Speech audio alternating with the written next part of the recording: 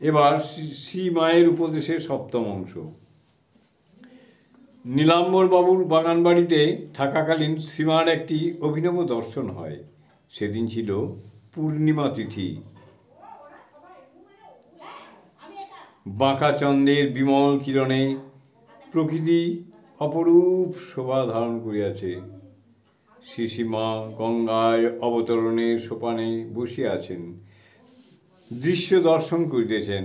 অকস্মাৎ দেখিলেন শ্রী ঠাকুর পশ্চাৎ দিক হইতে আসিয়া দ্রুতপদে গঙ্গার জলে নামিয়া গেলেন এবং নিমেষে তাঁহার চিন্ময় দেহ ভাগীরথীর পবিত্র শরীরে মিশিয়া গেল। এই দিব্য দর্শনে শ্রীমার সর্বাঙ্গ রোমাঞ্চিত হইয়া উঠিল। তিনি অপলক নেত্রে এই অপ্রত্যাশিত দৃশ্য নিরীক্ষণ করিতেছেন। এমন সময়ে পুনঃ দেখিলেন স্বামী বিবেকানন্দ সেখানে উপস্থিত হইয়া জয় রামকৃষ্ণ বলিতে বলিতে দুই হস্তে সেই পূত ব্রহ্মবাড়ি চারিদিকে অগণিত নরনারীর মস্তকে সিঞ্চন করিতেছেন।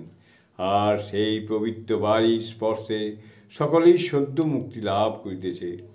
এই দর্শন শ্রীমার অন্তরে এত গভীরভাবে রেখাপাত করিয়াছিল যে কিছুদিন পর্যন্ত তিনি ঠাকুরের দিব্য দেহে পাদস্পর্শ হওয়ার আশঙ্কায় গঙ্গাজলে নামিয়া স্নানাদি করিতে পারেন নাই। শ্রী ঠাকুরের তিরোধানের পর শ্রী মা যখন বৃন্দাবন ধামে গমন করেন, তখন তিনি কৃষ্ণগত প্রাণা শ্রীরাধার ভাবে অহর্নিশ বিভোর হইয়া থাকিতেন।